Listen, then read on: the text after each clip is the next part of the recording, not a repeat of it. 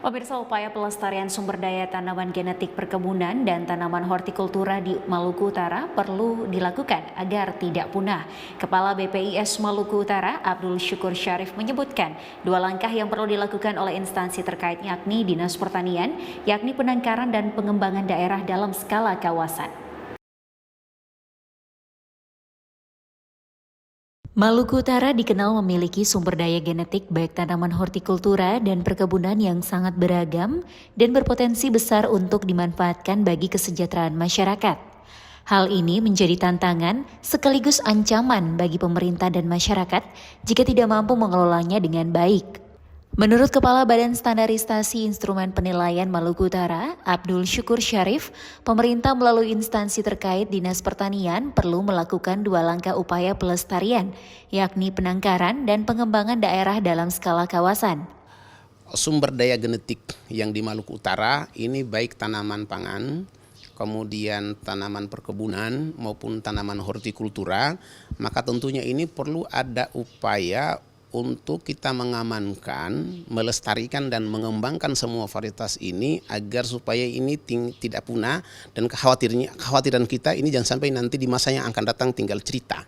Oleh karena itu kalau menurut saya ini perlu ada dua langkah yang lakukan. Pertama, oleh instansi terkait dalam hal ini Dinas Pertanian perlu melakukan upaya untuk membuat penangkaran dan memperjelas kebunnya ada di mana sehingga ini kan gampang diamankan dan gampang dilestarikan. Kemudian yang berikutnya perlu melakukan pengembangan di daerah-daerah yang memungkinkan untuk dikembangkan dalam skala kawasan. Sehingga nanti kalau ada benihnya, kemudian ada kawasan pengembangannya, ini kalau konektivitas ini bisa dibuat, maka saya yakin ini insya Allah nanti varietas unggul kita atau diversitas dari sumber daya genetik ini bisa akan terus berkelanjutan dikembangkan oleh petani. Dilansir dari buku terbitan Balai Pengkajian Teknologi Pertanian Maluku Utara tahun 2022, terdapat sebanyak 8 varietas tanaman perkebunan yang sudah dilepas sebagai varietas unggul, 4 varietas sudah terdaftar sebagai varietas lokal, dan 4 aksesi tanaman perkebunan lainnya masih merupakan potensi yang bisa didaftarkan sebagai varietas lokal. Di antaranya cengkeh avo, kelapa bido, kelapa dalam takome, pala ternate, pala tivore, pala tobelo, pala patani, pala makian, kopi celsaus, kopi robustaus, kopi liberius, vanili bacan, cengkeh sondo-sondo, cengkeh sibela, kelapa igo duku, kelapa tetewang.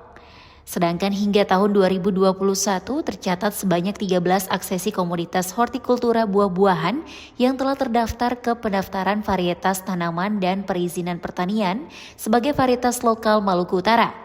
Antara lain 1 varietas mangga, 1 varietas duku, 1 varietas durian, 1 varietas jeruk, 1 varietas bawang merah, 3 varietas pisang, 4 varietas sukun, dan 1 varietas alpukat.